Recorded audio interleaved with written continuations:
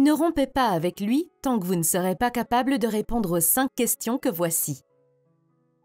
Est-ce vraiment terminé? Imaginez-vous connaître le nombre d'hommes et de femmes envisageant de rompre à l'instant même où vous écoutez cette vidéo? Ce serait impressionnant, non? Chaque jour, des millions d'hommes et de femmes dressent l'inventaire de leur relation et se demandent si oui ou non ils doivent continuer. Si vous vous posez la question « Dois-je rompre avec lui ?», il vous suffit d'abord de répondre à quelques sous-questions de manière à trouver votre réponse ultime. 1. Cette personne vous a-t-elle trompé?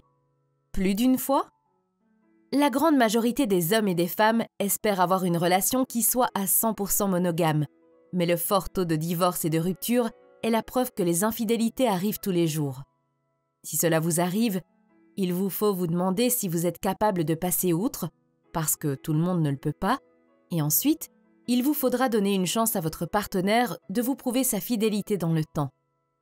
Si vous avez été trompé une fois, soyez prudent parce qu'il y a de fortes chances que ça se reproduise. Si vous avez été trompé plus d'une fois, il vous faut accepter de signer pour une relation ouverte, si jamais vous décidiez de rester. 2. Est-ce qu'il arrive à la personne avec laquelle vous sortez de vous rabaisser ou de vous faire culpabiliser? Il existe une poignée de comportements bien plus nocifs que le fait de rabaisser son mari, sa femme, son copain ou sa copine. Il est tout à fait normal de se mettre en colère ou d'avoir des problèmes avec votre partenaire, mais en arriver au point de forcer quelqu'un à se sentir inférieur ou débile, via des insultes ou d'autres formes de manipulation, est un coup très bas, un comportement extrêmement nocif. Peu importe à quel point on est en colère ou les raisons de cette colère, jamais on ne devrait insulter ou rabaisser quelqu'un que l'on aime. Si vous vous comportez ainsi, comprenez bien que votre confiance se détériorera et qu'aucun de vous ne réussira plus à se sentir en sécurité au sein de la relation et à avancer. 3. Votre relation vous rend-elle malheureuse ou stressée depuis un certain temps? Si vous êtes en couple depuis peu de temps, disons depuis moins d'1 an, et si vous êtes malheureuse depuis au moins 1 mois, il est temps d'envisager la rupture. Si vous êtes en couple depuis 2, 3 ans ou plus, il vous faudra envisager la rupture si vous êtes malheureuse depuis 6 mois ou plus. De nombreux hommes et femmes restent au sein de relations malheureuses qui ne s'amélioreront jamais parce qu'ils ne veulent pas retourner dans le monde terrifiant des célibataires. S'il vous plaît, souvenez-vous que les relations sont par-dessus tout supposées apporter du réconfort et de la sécurité à votre vie. Si votre relation ne répond plus à ce critère, il vous faut vous demander « Pourquoi je reste ?» 4.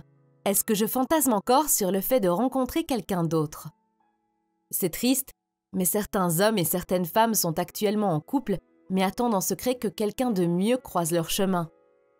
Imaginez un mec qui se rend à une soirée avec sa copine, mais passe son temps à regarder par-dessus son épaule afin de voir qui est présent. Ou imaginez une femme en train de dîner avec son copain, mais rêvant qu'un autre homme arrive et lui parle de choses plus intéressantes. Lorsqu'on trouve une relation qui est satisfaisante et durable, à aucun moment on ne doit attendre que quelqu'un d'autre se présente sur le pas de notre porte. Si vous nourrissez encore de tels espoirs, comme gagner au loto, trouver de l'or ou que quelqu'un de mieux fasse irruption dans votre vie comme par magie, c'est que votre relation actuelle n'est pas vouée à durer et ne sera jamais complètement épanouissante pour vous. Il vous faut vous poser les 2 questions que voici. Est-ce simplement que j'ai tendance à croire que l'herbe est toujours plus verte ailleurs? Et est-ce que dans 10 ans je serai heureuse de dîner avec celui avec qui je sors maintenant? En vous posant honnêtement ces questions, vous devriez être capable de répondre rapidement à la question « Dois-je rompre avec lui ?» 5. Est-ce que la personne avec qui vous sortez s'entend bien avec certains de vos amis et certains membres de votre famille?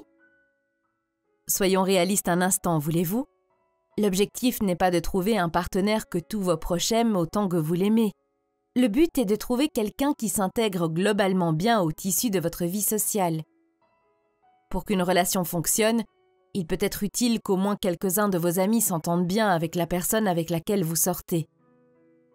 Si vous sortez avec quelqu'un qui essuie constamment les critiques de votre entourage ou avec lequel vos proches n'accrochent tout simplement pas, il vous faudra sérieusement vous demander si vous avez envie de vivre des situations sociales gênantes pour les années à venir. En matière de relations amoureuses, il est difficile de suivre des règles établies. mais vous poser les 5 questions que je viens de citer vous fournira un bon point de départ, de manière à savoir si vous devez envisager une rupture ou si ça vaut la peine de continuer. Mais surtout, mesdames et messieurs, soyez honnêtes avec vous-même.